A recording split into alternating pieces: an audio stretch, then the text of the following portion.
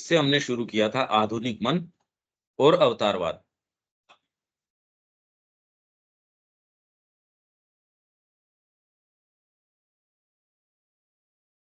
आधुनिक मन के अंदर जो टॉपमोस्ट फिलॉसफीज हैं, वेस्ट में जितनी फिलॉसफीज आई हैं, वो सारी की सारी, और उसके प्रभाव से यहाँ भी जो आई हैं, वो भी सारी हैं। उन्होंने क्या-क्या इसके खिलाफ या इसके ऊपर आक्षेप लगाए हैं अवतारवाद के ऊपर, उनको श्री अरविंद ने सम अप किया ऊपर।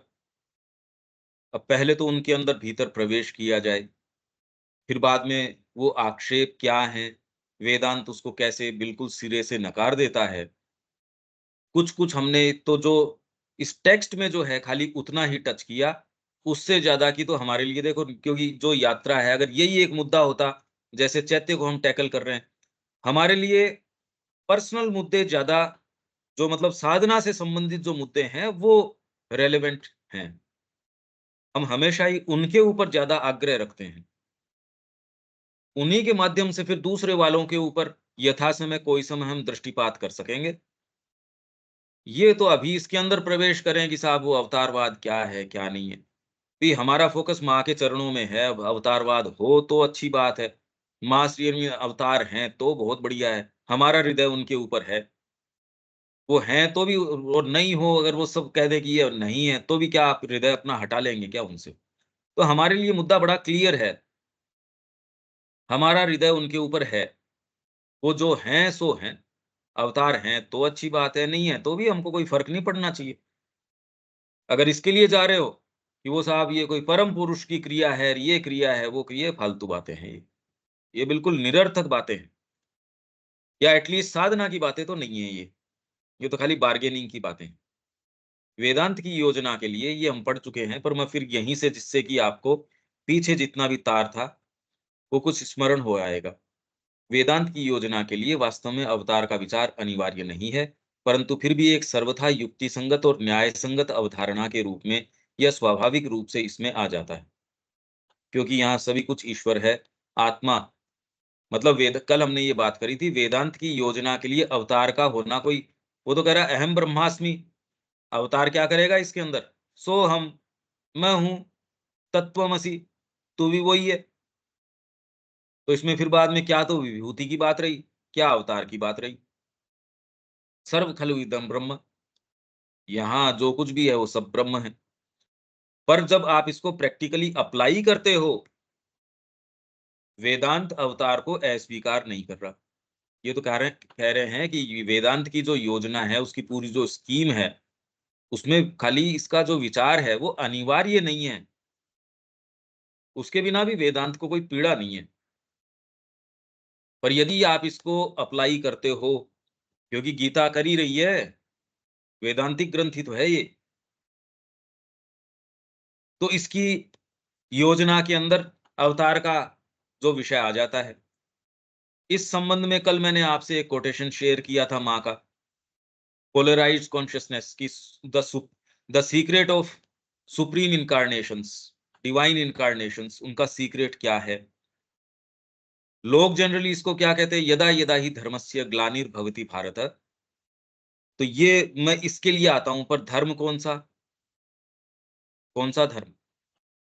धर्म आप जिसको ये मानते हो कि सर्टेन क्रीड है, आपके कोड्स ऑफ कंडक्ट है, वो धर्म नहीं। तो उसके संबंध में कल बहुत बहुत चर्चाएं हुई थी।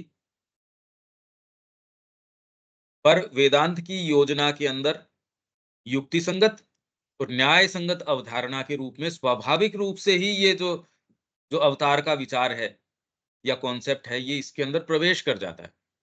क्योंकि यहाँ सभी कुछ ईश्वर है, आत्मा या आत्म अस्तित्व है, एकमेवा द्वितीयम ब्रह्म है। इसके अतिरिक्त और कोई चीज नहीं है। इससे अलग तथा इससे भिन्न कुछ भी नहीं है, और इसके अतिरिक्त और कोई चीज हो ही नहीं सकती जो उससे अलग और भिन्न हो। प्रकृति भागवत चेतना की ही एक शक्ति होने के अतिरिक्त न कुछ और है और न हो सकती है। सभी प्राणी एक ही भागवत सत्ता के आंतर और बाह्य, आत्मनिष्ठ और वस्तुनिष्ठ, जीव रूप और देह रूप के अतिरिक्त न कुछ हैं, न हो सकते हैं। अब इसमें यूँ तो एक-एक शब्द जो है वास्तव में आत्मनिष्ठ क्या होता है? वस्तुनिष्ठ क्या होता है? ऑब्जेक्टिव वास्तव में है क्या? ऑब्जेक्टिविटी एक चूहे के लिए जो ऑब्जेक्टिविटी है उसको संसार जिस तरीके का दिख रहा है आपके लिए वो है नहीं। तो फिर बाद में पर चूहा तो जिस रियलिटी के से रूबरू हो रहा है उसके लिए तो वही है। आपको यदि ये कह भी दिया जाए कि ये वस्तुनिष्ठ इस तरीके का नहीं है तो आप क्या करो? भोजन करना ही पड़ेगा। ये रियल नहीं है तो भी यार नहीं है अब पेट तो फिर भी भरना पड़ेगा, रियल है या नहीं है? तो फिर मुद्दे क्या हैं? हम कैसे कौन-सी चीज़ को कहाँ रखें, क्या करें? अगर आप एक से दूसरी कड़ी को पकड़ोगे, तो ये पता चलेगा पूरा आपको पूरा ही चक्र तो सारे चीज़ों के रहस्य के अंदर प्रवेश करना ही करना पड़ेगा।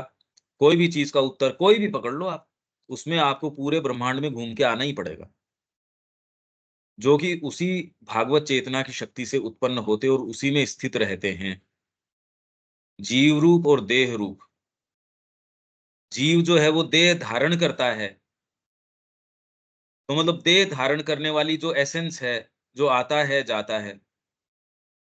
आत्मनिष्ठ का मतलब ये हो गया जो जीव है, जो भीतर आपके पुरुष बैठा है, वो पुरुष ही वस्तुनिष्ठता का निर्माण करता है।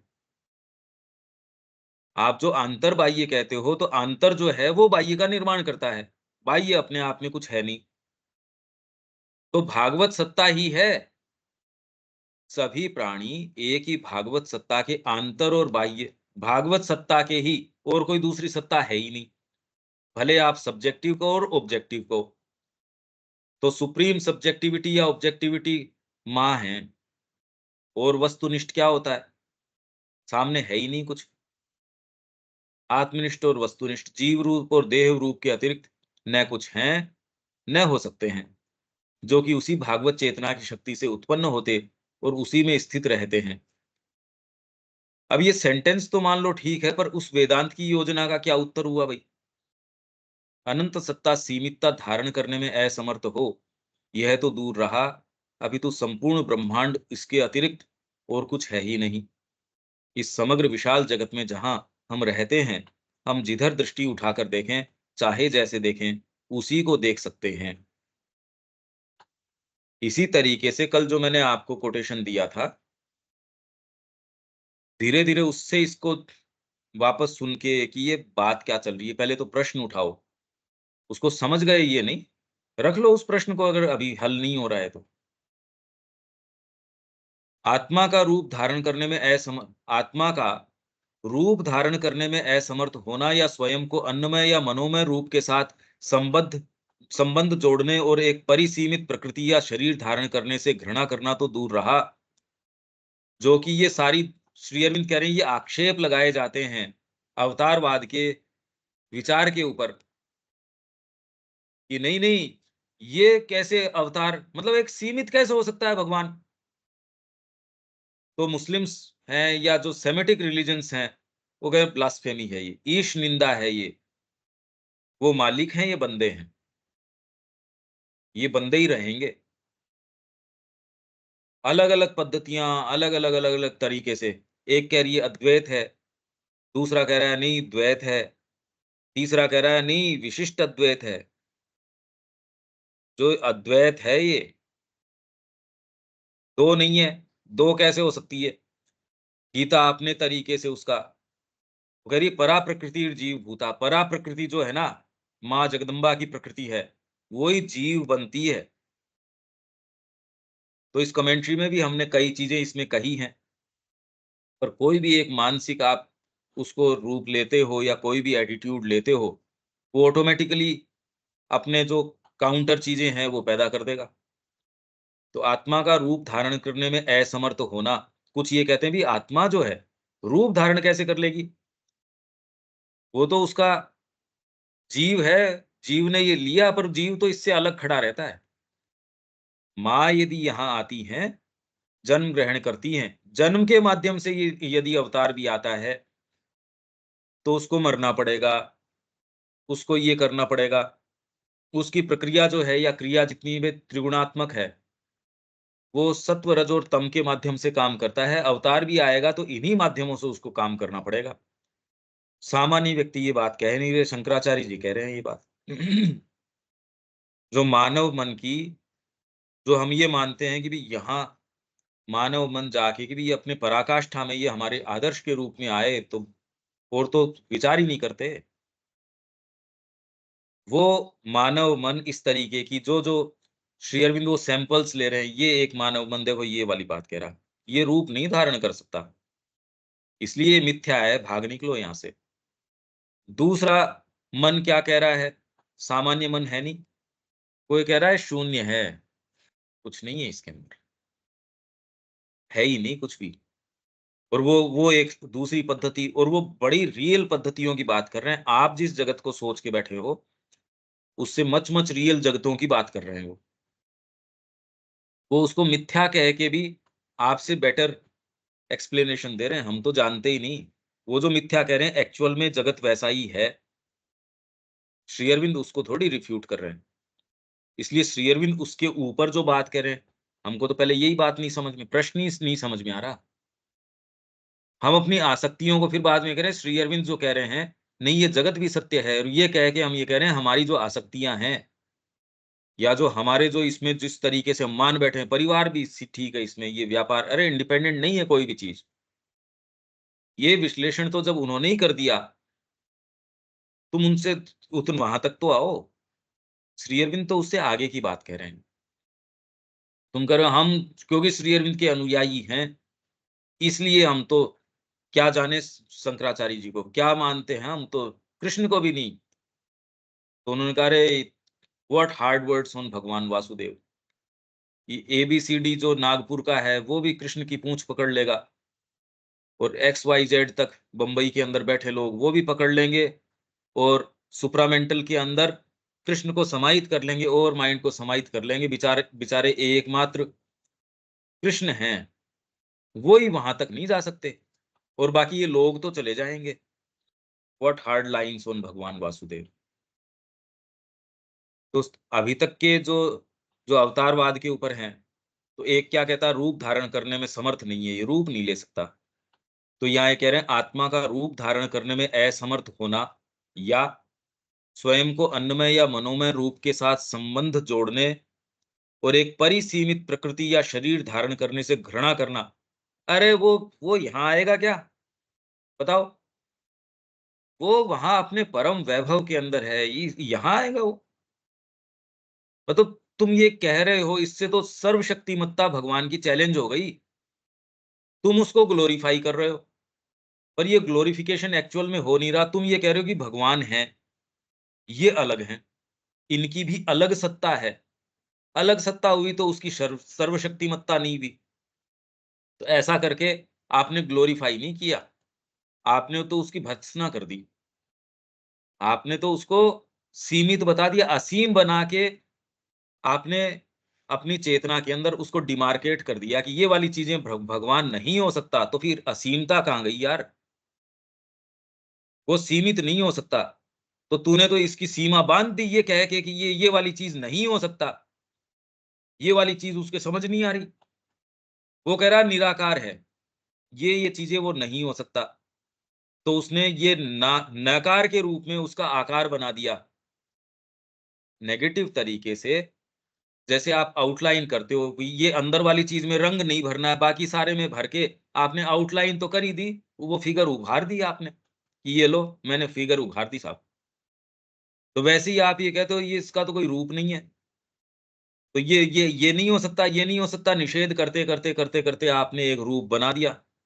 निराकार कहते हो आप ये कि उसका तो कोई आकार नहीं है, और ये कह के आपने उसका आकार गढ़ दिया, क्योंकि माइंड और कोई दूसरी चीज़ नहीं कर सकता।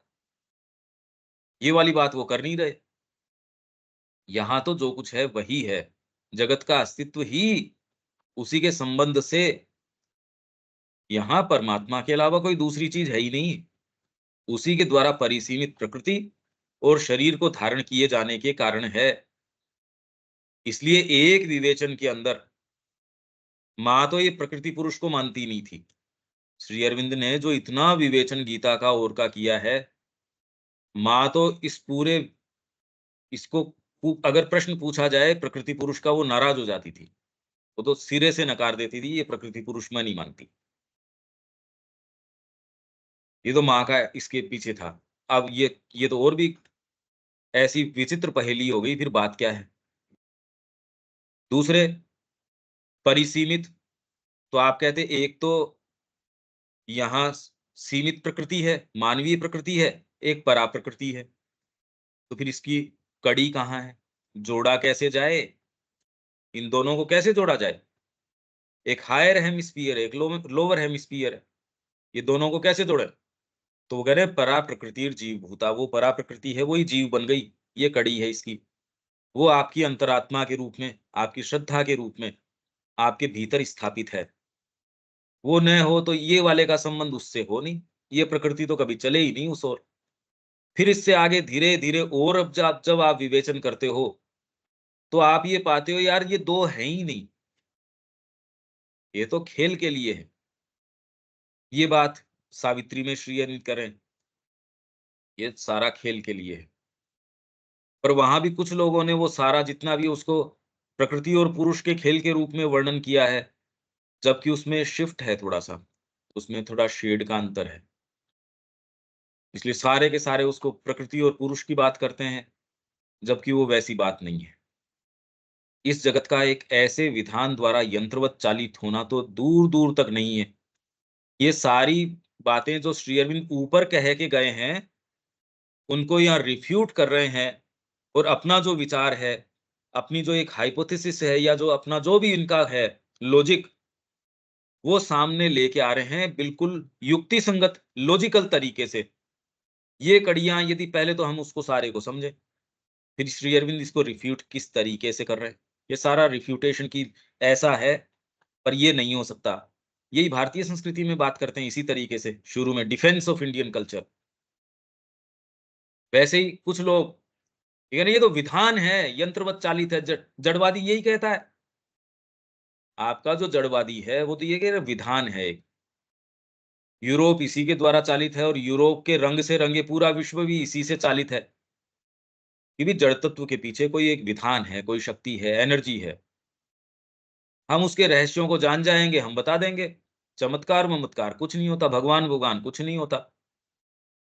तो विधान है, सांख्य भी जो है भगवान को नहीं मानता। आपके भौतिक विज्ञान की बात छोड़िए, न तो शंकराचार्य जी ऐसी बात कह रहे कोई, न जो ये जो बुद्ध हैं वो कह रहे हैं, वो तो शून्य की बात कर रहे हैं। सांख्य बिल्कुल ही नहीं कर रहे। वो तो कह रहे हैं 24 तत्वों के आधार के ऊपर ये है और बाकी दूसरे इस इन्यूमरेशन को, इनकी जो सांख्यिकी है उसको स्वीकार कर रहे हैं, इनकी गणना को स्वीकार कर रहे हैं सारे के सारे।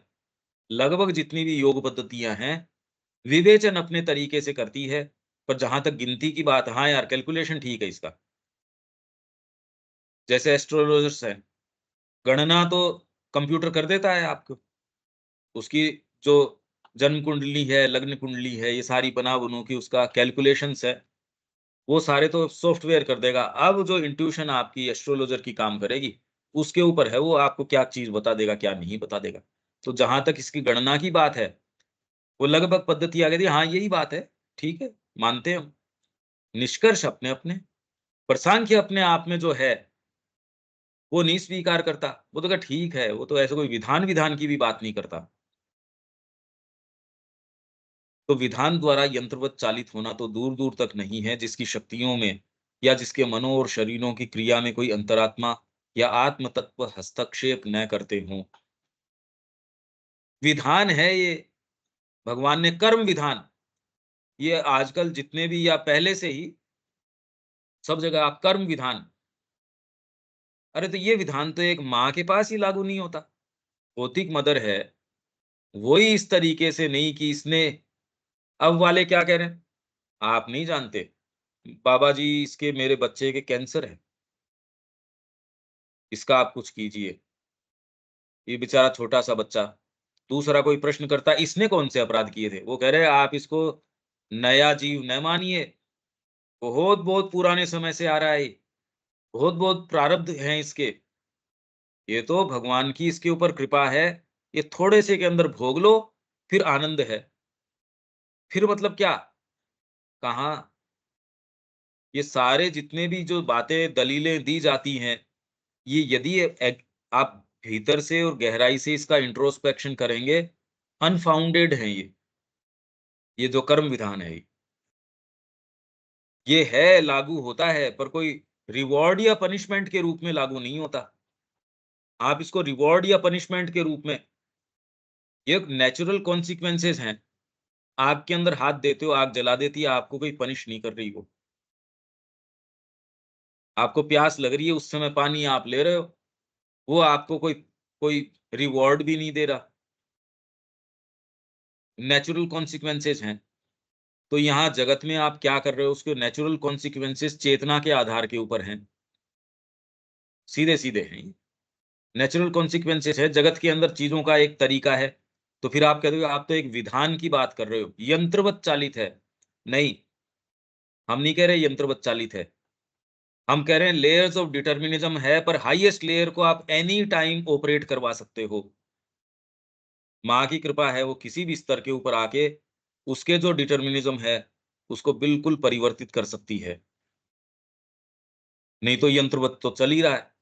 दूसरे वाले कह रहे हैं हम भगवान को मानते हैं, पर वो ये कह रहे हैं यंत्रवत ही चलेगा, भगवान की भी क्या कर लेंगे इसमें? हाँ, वो तेरे प्रारब्ध को काट देंगे। ये तो बड़ा थोड़े से के अंदर तेरी चीज़ को काट दिया। यार एक भौतिक माँ ही नहीं इस तरीके के दंड देती।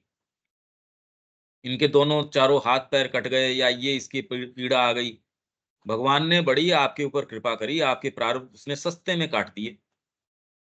ये दलीलें हैं, जिनकी ओर आप निहारते हो आशा से, जिनकी आप बातें सुनते हो, ये सारी यही बातें हैं। और इनके पीछे अपना एक सत्य हो सकता है, पहले तो वो वाली बात समझ में आए। ये तो है नहीं कि वो पहले तो उसकी बात, फिर माँ श्री अरविंद एक कितनी फंडामेंटल बात कह रहे हैं, वो तो समझ में आए।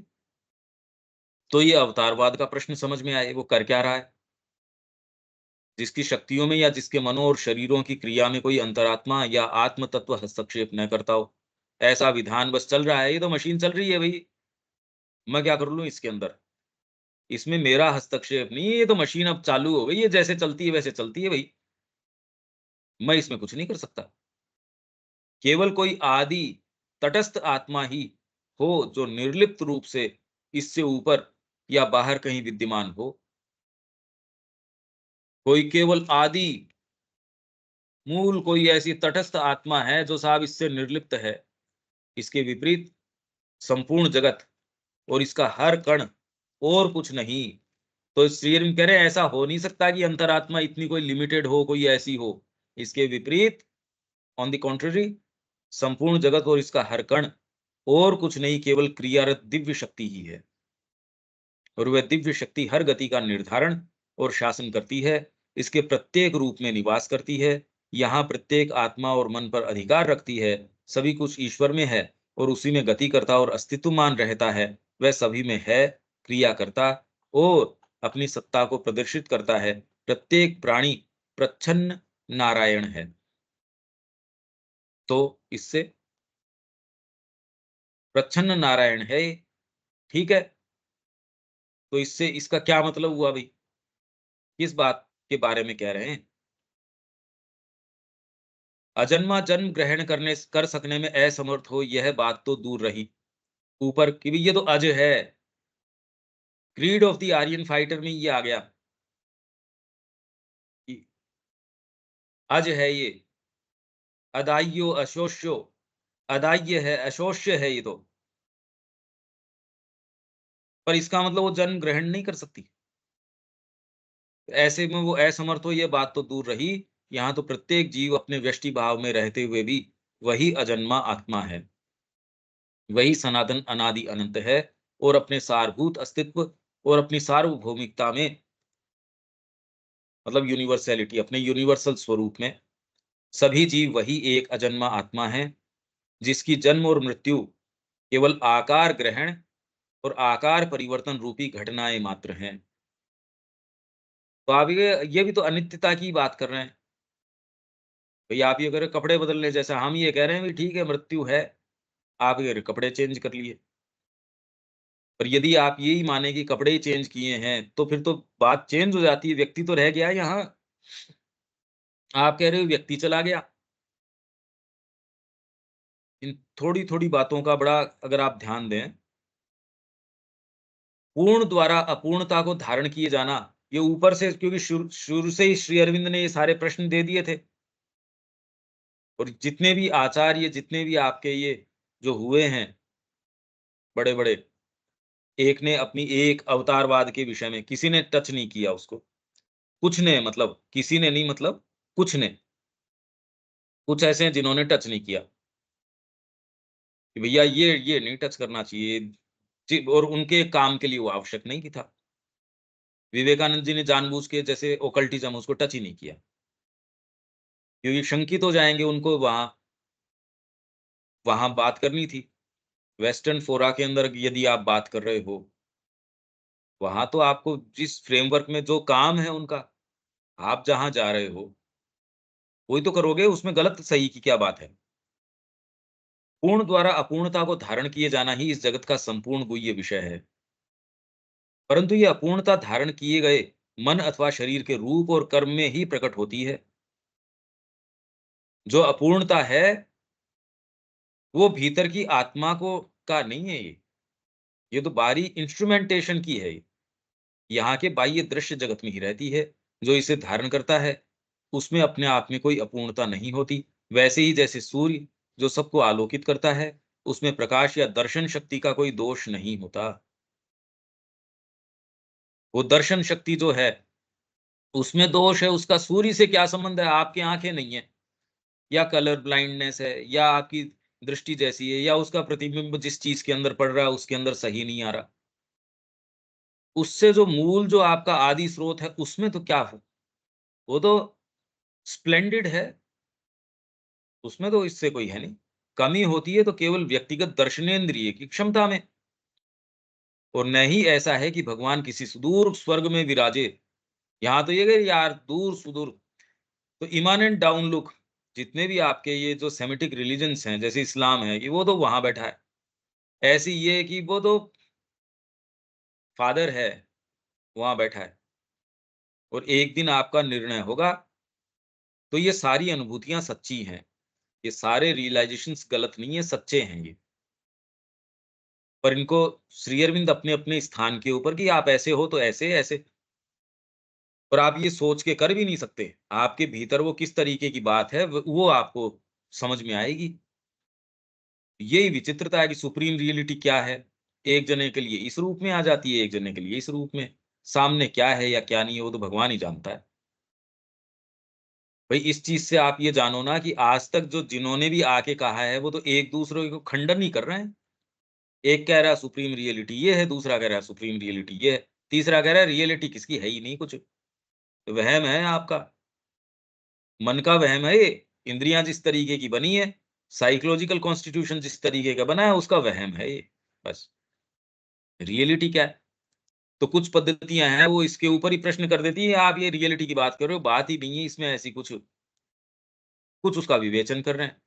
तो इससे ये तो समझो कि जो टॉप मोस्ट ह्यूमन माइंड्स आए हैं, ब्रेन की बात नहीं, जो बुद्धियाँ आई हैं, वो ही जब इसके अंदर फ़ॉल्टर कर रही हैं, तो हम अप्रोच कैसे करें? ये समझो, समझने की बात तो ये है इसके अंदर। कितनी-कितनी पद्धतियाँ, कितनी-कितनी चीज़ें। तो भगवान किसी सुदूर स्वर में विराजे इस जगत पर शासन करते हैं। ये एक रियलाइज़ेशन है इस तरीके का। इस्लाम भी यही बात कहता है जैसे। अपितु ये शासन वे अंतरंग सर्वव्यापकता से करते हैं। वो खाली इमानेंट नहीं है, वो अंतर्यामी भी है। वो इस चीज़ को नहीं मानते। हम कह रहे हैं कृष्ण जो है वो अंतर्यामी है, परवेड करता है वो। इसलिए ये तो खाली वो ऊपर से बैठ के शासन कर रहा हो, यही बात नहीं है। भारतीय संस्कृति ने 3 जो उसके 3 फंडामेंटल्स, 3 जो है, एकम सत, विप्रा बहुधा वदन्ति, एक है सत्य, मानसिक तरीके से नहीं। इन्होंने अपने तरीके से उसका साक्षात्कार किया। अब फिर बाद में वो सत है, वो इतने रूपों के अंदर वही सत हो गया। इसलिए प्रत्येक का उसके पास जाने का रास्ता विशिष्ट है। तो उसी विशिष्ट तरीके से लेके चलोगे तो उसके लिए सुविधा भी होगी, और फास्टेस्ट तरीके से उसके लिए भी ठीक है, और सबके लिए भी वही वही ठीक है। जो वैद्य है सारों को उसके अनुकूल, रोग के अनुकूल, उस व्यक्ति के गठन के अनुकूल दवाई देगा। वैसे ही संस्कृति की भी इसके अनुकूल, और पथ भी वही, योग पद्धति वही, वही तरीका, वही सारी चीज। तीसरी चीज, आप खुद वही हो, आपके भीतर वही सत्ता है, इसलिए कहीं जाना आना नहीं है। जाओगे आओगे कहाँ? भीतर ही है आपके। ये सारी जितनी भी संस्कृति ने जो भी रूप निर्माण किए, उसमें सारा धर्म है, सारी चीजें इन 3 फंडामेंटल्स के विश्लेषण में आ जाती है सारी की सारी। अपितु ये शासन वे अंतरंग सर्वव्यापकता से करते हैं। शक्ति की प्रत्येक सीमित क्रिया अनंत शक्ति की ही क्रिया होती है, न कि अपने ही बल पर परिश्रम करती किसी सीमित पृथक स्वयंभू क्रिया शक्ति की क्रिया। भले स्वयंभू क्रिया शक्ति की क्रिया हो, सीमित सी है साहब, ये कोई सीमित स्वयंभू, सेल्फ एग्जिस्टेंट, स्वयंभू सेल्फ एग्जिस्टेंट, पर है छोटी सी, परा प्रकृति जीव भूता, जीव बन गई वो। अरे पर जीव अकेली खाली जीव ही बन गई वाली बात नहीं, वो तो उसके अलावा भी बहुत सारी चीजें हैं। आप एक एट्रीब्यूट लेके आए हो, पर आप धीरे धीरे पहले अपने जो सरफेस भाव है उससे स्वभाव के ऊपर जो जाते हो, स्वभाव से फिर बाद में मद भाव मागता, भगवान के भाव में जाते हो। सीमित कोई पृथक स्वयंभू क्रिया शक्ति की क्रिया हो ऐसा नहीं है। संकल्प और ज्ञान की प्रत्येक सीमित क्रिया में हम उसे आश्रय प्रदान करती अनंत सर्व संकल्प और सर्व ज्ञान की किसी क्रिया को खोज सकते हैं। भगवान का राज ऐसा राज नहीं है, शासन, राज मतलब ये कोई रहस्य वाली राज की बात है, वो नहीं। राज साम्राज्य, जहां का शासक अनुपस्थित रहता हो। कहाँ है भगवान? यहाँ ये स्थितियां हो भगवान रहे तो। ये ऐसा कोई साम्राज्य नहीं है जहां का शासक अनुपस्थित रहता हो, विदेशी हो। अभी जितनी भी आप चीजें बताते हो यार, भगवान इसमें ये आएगा क्या? यहाँ क्या आएगा हमारे बीच के अंदर? भगवान ऐसी चीजें करेगा? मनुष्य ही नहीं करता। तो मनुष्य इंडिपेंडेंट है क्या? कोई अलग है क्या? कोई ये जगत अलग है या इसकी कोई चीजें अलग हैं? तो यहाँ भगवान का राज ऐसा राज नहीं है जहाँ शासक पहले या तो अनुपस्थित रहता हो या विदेशी हो। जैसे चुनाव में कहते जी ये तो इस एरिया के है ही नहीं, यहाँ से टिकट भरिए, ये यहाँ नहीं आएंगे। विरोधी क्या बोलते हैं? ये आपके पास कितनी बार आएंगे? ये तो वहां बंबई बैठे रहेंगे। ये तो अपने फिल्मों में काम करेंगे, ये अपने इसमें काम करेंगे। आपको कौन संभालेगा? आपका भाई मैं हूं। आपकी जाति की समस्याएं तो मैं समझता हूँ, इनको तो पता ही नहीं। तो इसलिए ये भगवान कोई विदेशी है, आपके ऊपर शासन कर रहा है। कोई टाइम यदि आए तो आए संभालने, न आपकी भाषा समझ में आती उसको, न आपके देश की परिस्थितियां उसको बेचारे को सेंस, पटक दिया आपको यहाँ। इसलिए चारवाक जैसे हैं वो ये कह रहे हैं यावत जीवेत सुखम जीवेत, ऋणम कृत्वा घृतम पिबेत। ये जो बातें कर रहे हैं इसके अंदर पुनरागमनम, पुनरागमन होगा, आपको ये प्रताड़ित किया जाएगा। अभी अभी मैं प्रताड़ित हूँ, बाद का मेरे को पता ही नहीं। अभी आनंद लो, बाद में प्रताड़ित तो लेंगे भाई, प्रताड़ित तो आप करोगे। वर्तमान जीवन को प्रताड़ित करके आगे वाला सुधारो, ये कह रहे हैं ये। आगे वाले का पता नहीं, वर्तमान को जबरदस्ती नर्क बना दो भैया, हम तो नहीं करेंगे ये काम, इस वाले का तो पूरा मजा ले। प्रताड़ना तो दे गई, तल लेना भी बाद में जो हो सो देखी जाएगी। यही तो करोगे आप, वो तो यहाँ तलोगे, फिर यहाँ तले जाओगे तो आगे वैभव होएगा। और तो फिर ये तो कोई बात ही नहीं हुई। ये तो मतलब ये सारी दलीलें जब आप धीरे-धीरे इनको खोलना शुरू करते हो, तो वो कहना कुछ और चाह रहे हैं। बात ये नहीं कि वो गलत कह रहे हैं, वो जो भी कह रहे होंगे, पर इसका जो बना दिया जाता है इन सारों का, वो तो ये है। और उसको जब हम उधेड़ना शुरू करते हैं, तो पाते हैं कि भई ये तो लॉजिकल बात ही नहीं है। विदेशी हो या बाहरी हो, वे इसलिए सबका शासन करते हैं क्योंकि वे सबका अतिक्रमण करते हैं। साथ ही इसलिए भी क्योंकि वे सब क्रियाओं में स्वयं रहते हैं, और वे ही उन क्रियाओं की अनन्य अंतरात्मा और आत्मा हैं। इसलिए अवतार तत्व की संभावना के विरुद्ध हमारी तर्क बुद्धि द्वारा प्रस्तुत कोई भी आपत्तियां, कोई भी ये श्री अरविंद ने जितनी भी आपत्तियां करी जा सकती हैं और करी गई हैं, जितनी भी जा सकती थी बुद्धि के आधार के ऊपर, अलग अलग लोगों ने अपने अपने तरीके से, जो मनुष्य जाति के अग्रणी लोग जो रहे, जो हाईएस्ट थिंकर्स हैं और हैं, जिन्होंने इस विषय के बारे में सोचा, उसके बारे में जो अपनी आपत्तियां उठाई, वो सिद्धांततः टिक नहीं सकती। वो सारी श्री अरविंद ने सम अप करी है इसमें, क्योंकि ये बौद्धिक तर्क द्वारा उपस्थित एक ऐसा व्यर्थ का विभेद है, जिसे संपूर्ण दृश्य जगत और जगत की सारी वास्तविकता दोनों ही प्रतिक्षण खंडित और अप्रमाणित सिद्ध कर रहे हैं। तो यहाँ इसको रिज़ॉल्व इस तरीके से नहीं कर रहे। श्री अरविंद तो इसको ये कह रहे हैं कि भई ये तो ये कह रहे हैं, पर ये वाली बात वेल फाउंडेड नहीं है, बस। तो इसलिए इसका टाइटल जो आधुनिक मन और अवतारवाद, वो इसको इस किस दृष्टिकोण से देखता है। यहाँ इसमें आप ये अपेक्षा नहीं कर सकते कि वो इसको रिज़ॉल्व करें इस इश्यू को। उसके विषय में तो कल जो माँ का कोटेशन था, वो तो निर्णायक है। या फिर बाद में श्री अरविंद ने इसके विषय में गीता में कहा है, फिर बाद में और स्थानों पे कहा है, वो इसको रिज़ॉल्व करता है। अपनी कमेंट्री इस चीज़ को डील करती है। अब आगे चलते हैं, धर्म की अवधारणा। ठीक है, विवेक आगे चलें? हाँ भैया। रविकांत जी? जी हाँ, आगे चलिए। हाँ, अवतारवाद में मैं कहना चाह रहा था, ऐड करना चाह रहा था, जो मेरी अंकल जी से बात हुई थी उसमें, कि जैसे होता है कि सुप्रामेंटल है, वो सुप्रामेंटल बीइंग तो और माइंड को भी करता है, अपनी बात करते हैं। तो है कि अवतार के अंदर सुप्रामेंटल बीइंग से बड़ा वराह अवतार सुप्रामेंटल बीइंग से बड़ा है। हाँ, ये कल बात हुई थी। ये कल हुई थी क्या बात? अच्छा, आई वाज हाँ, नॉट देयर। हाँ, ठीक है उसका। धर्म की अवधारणा। हमें धर्म के विचार को उसकी पूर्णतम, गहनतम और विशालतम अवधारणा में लेना चाहिए। धर्म के विचार को, अब इसको समझो, ये धर्म है और है, ये जो धर्म शब्द आता है, एटलीस्ट कम से कम जो प्रामाणिक ग्रंथ है, या जो इसको आइडियली किस तरीके से काम में लेते हैं धर्म, ये विचार को उसकी पूर्णतम, गहनतम और विशालतम अवधारणा में लेना चाहिए। ऐसे आंतरिक और बाहरी विधान के रूप में लेना चाहिए, जिसके द्वारा दिव्य संकल्प और प्रज्ञा मानव जाति का आध्यात्मिक विकास साधित करते हैं। तो जब आप धर्म की अवधारणा की बात करते हो, धर्म क्या?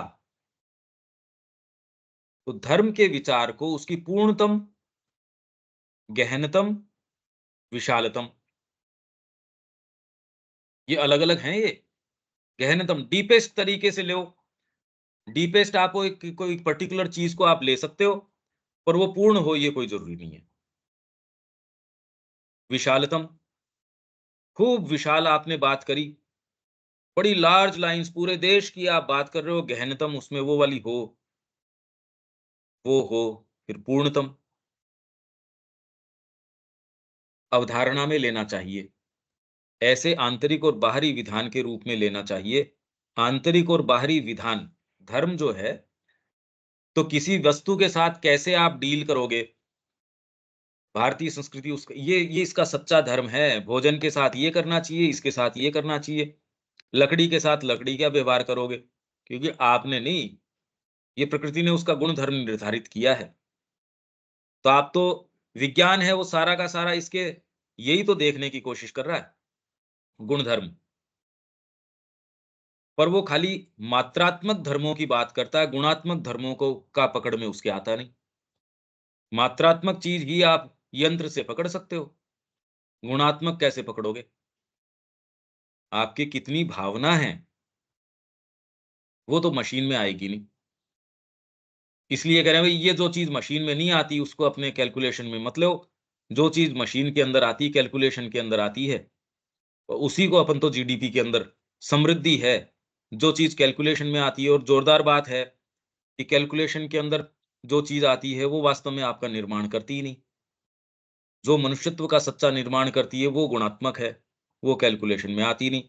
तो इनके जितने भी सारे मानक हैं, वो फिर बाद में उससे तो ये चीज़ चूक निकलती है, बच निकलती है। आप तो अगर निरे पशु हो, तो भले ही कोई आप मात्रात्मक हो सकते हो और पशु को भी आप मात्रात्मक कितना कर सकते हो, पर थोड़े-सा भी मनुष्यत्व है, तो उसके अंदर तो ये हो नहीं सकता।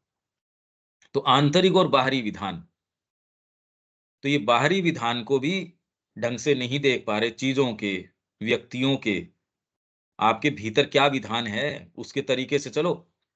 इसलिए फिर बाद में उस विधान के तरीके से ही प्रत्येक व्यक्ति, प्रत्येक वस्तु, जीव मात्र को ये संस्कृति लेके चल रही थी। इसलिए उसने वो निर्माण किया, क्योंकि बाहरी विधान, वो कह रही है बाहरी विधान आंतरिक विधान के आधार पे है। तो धर्म का ये विचार, तो सनातन धर्म, मतलब ये तो उस विधान के आधार पे चल रहा है।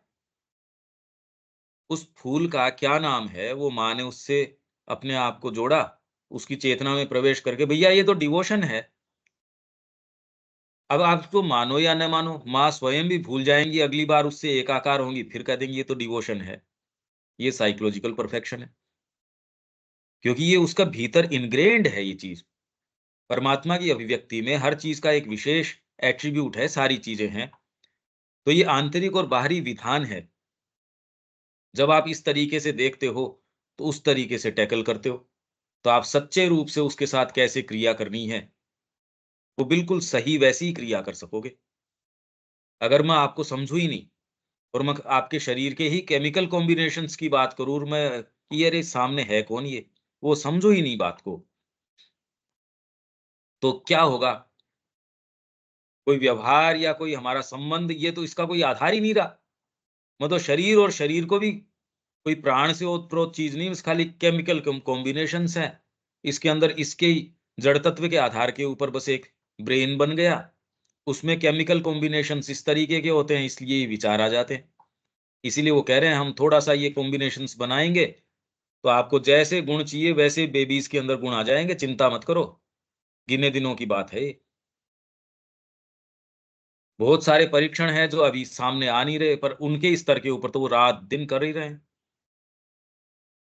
क्योंकि पैसे कमाने की है अपनी ये कि भी इस देश ने पहले कर दिया, हर देश हर चीज़ के अंदर अपने-अपने तरीके से पैसा खर्च कर रहा है, जिनके पास है वो, या जिनको ये समझ में आ गया यार इसके पीछे लगाओ, आगे आने वाला समय तो इसका ही होगा, आपके तो बच्चे होंगे नहीं।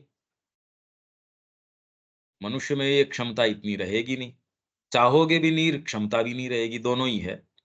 फिर बाद में आप परेशान होके कि भैया जिनको करना ही है मान लो, तो ये वाले हो जाएँ, उनमें कोई भावना-वावना नहीं हो, ऐसी एक खेप तैयार कर लो, इसको युद्ध में भेज दो, अगर युद्ध करना भी पड़े तो। इनको इस काम के लिए तैयार कर लो, इसको इस काम के लिए तैयार कर लो। कर ही रहे हैं, जैसे आजकल सब्जियाँ तैयार कर रहे हैं या फिर बाद में आपके जानवरों को तैयार कर रहे हैं, मुर्गियाँ तैयार कर रहे हैं, मछलियाँ तैयार कर रहे हैं। वो दिखने में मछली जैसी है, बाकी तो कुल मिला के है बीज से उत्पन्न वो सारी की सारी।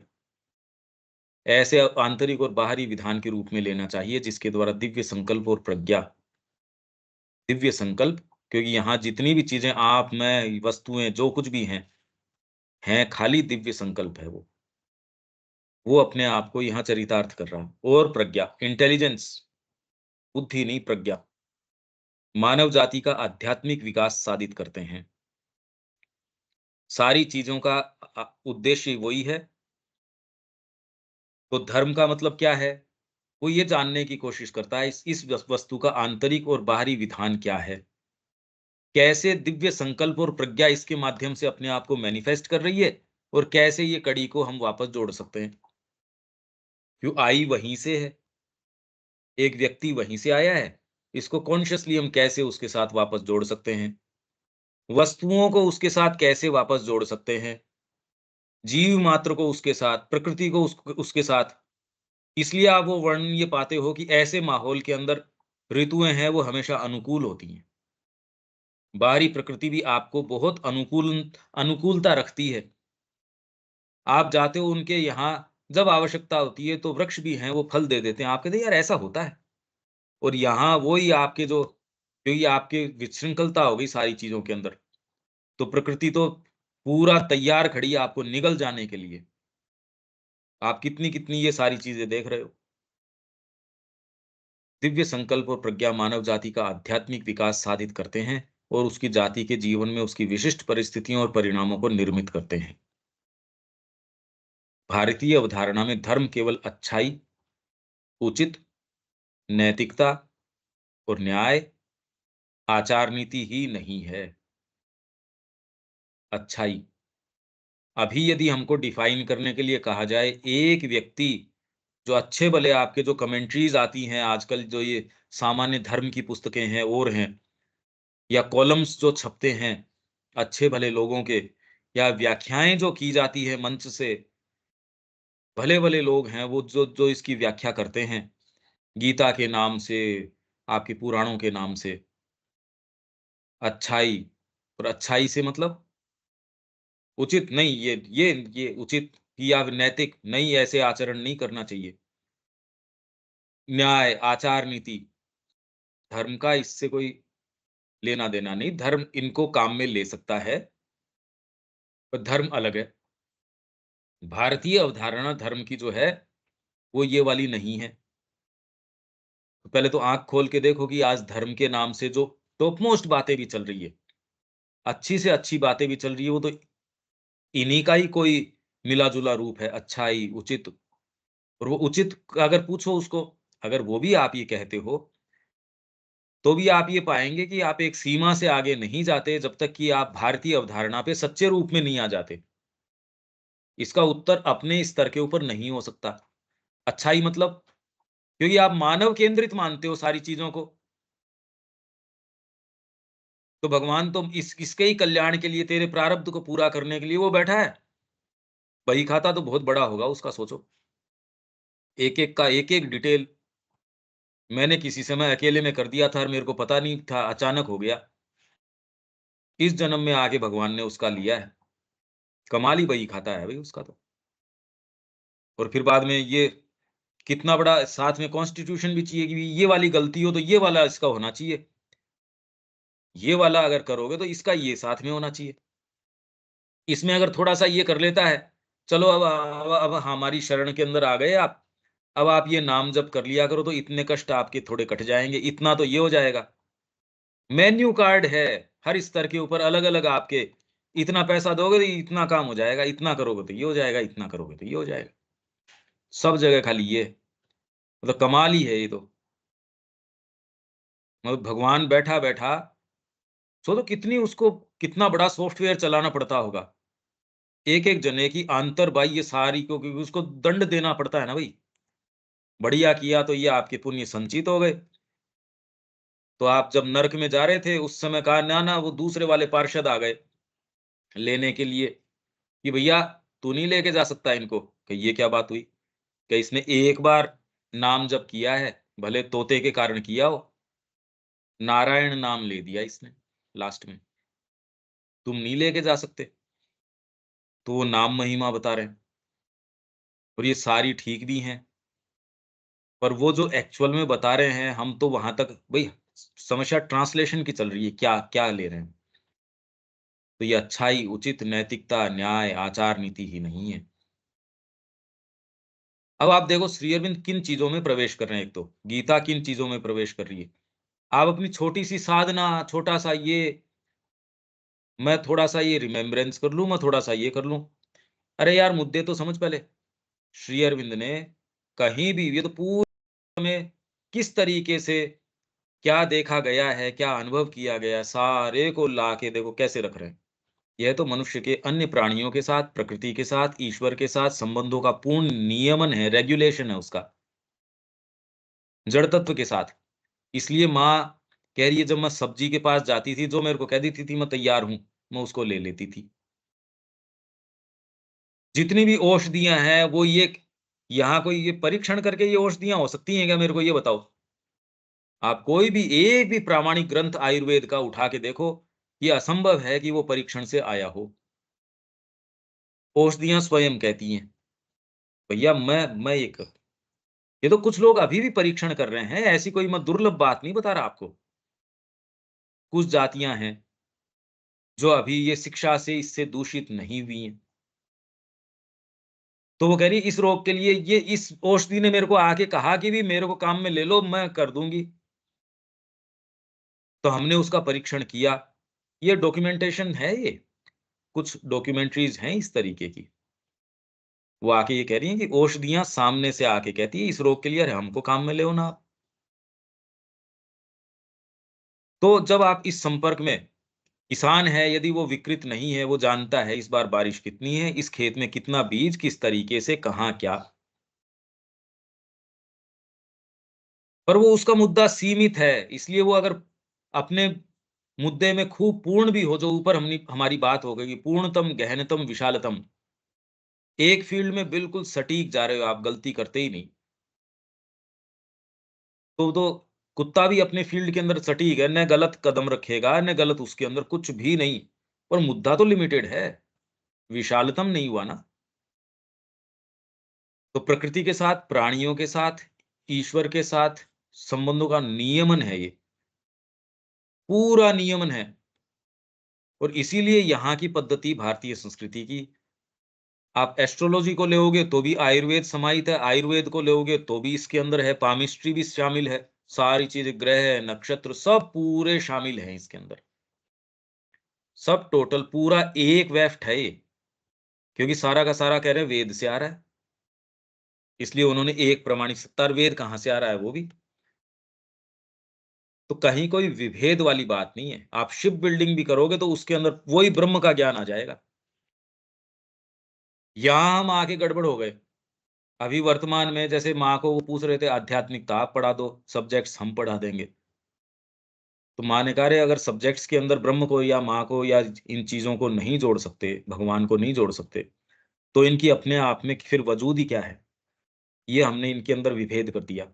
इस संस्कृति के अंदर हम ये जो बातें करते हैं, जनरली जो जितने भी बातें करते हैं उनको सेंस ही नहीं है कि ये कितनी फंडामेंटल चीज है ये संस्कृति। अभी आप कहते हो तो सारे आध्यात्मिकता में ही चले जाएंगे। रे आध्यात्मिकता का क्या मतलब है? इस संस्कृति ने कौन सा ऐसा काम है जो नहीं किया? कौन सा ऐसा निर्माण है जो इसने नहीं किया?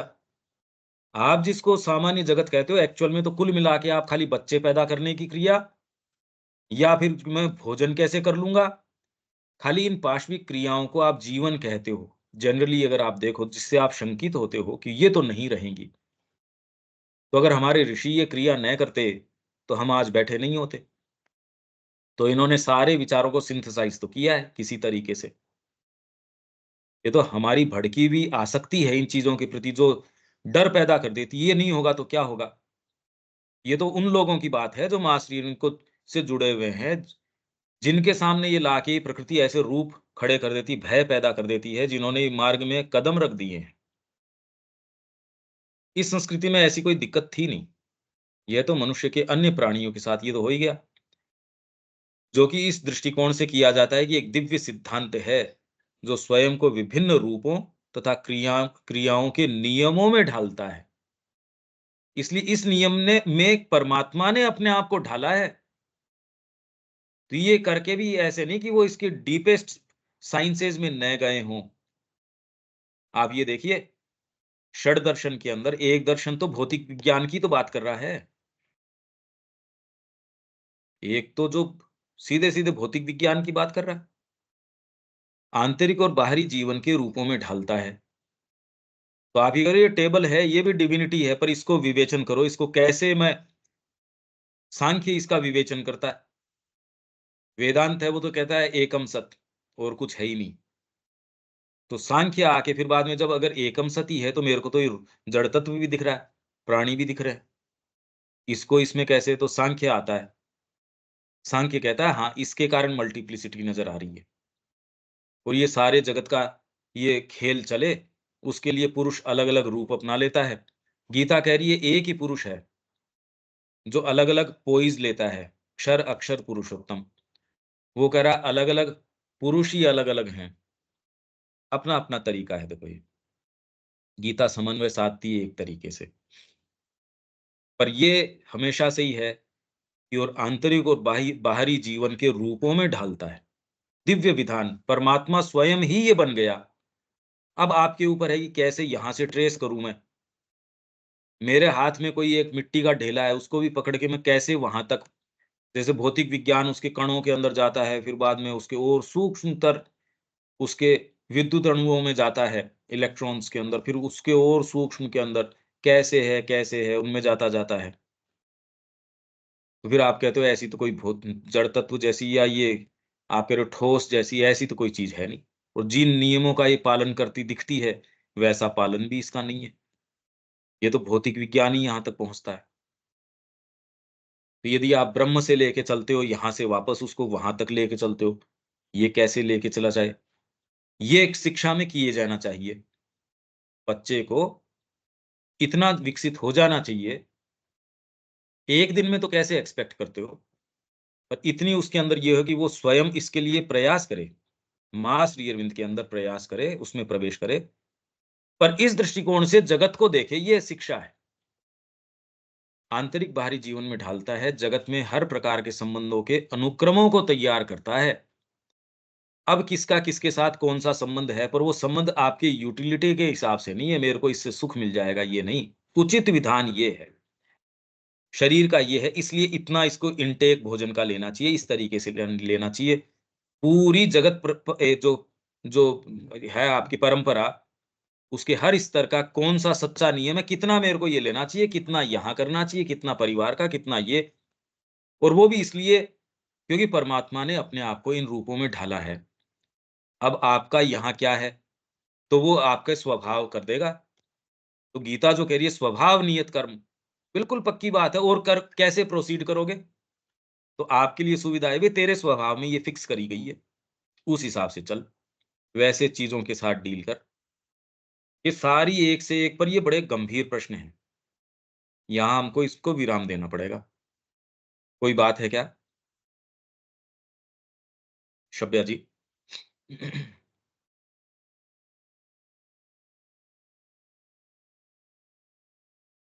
नहीं भैया। ठीक है, विवेक?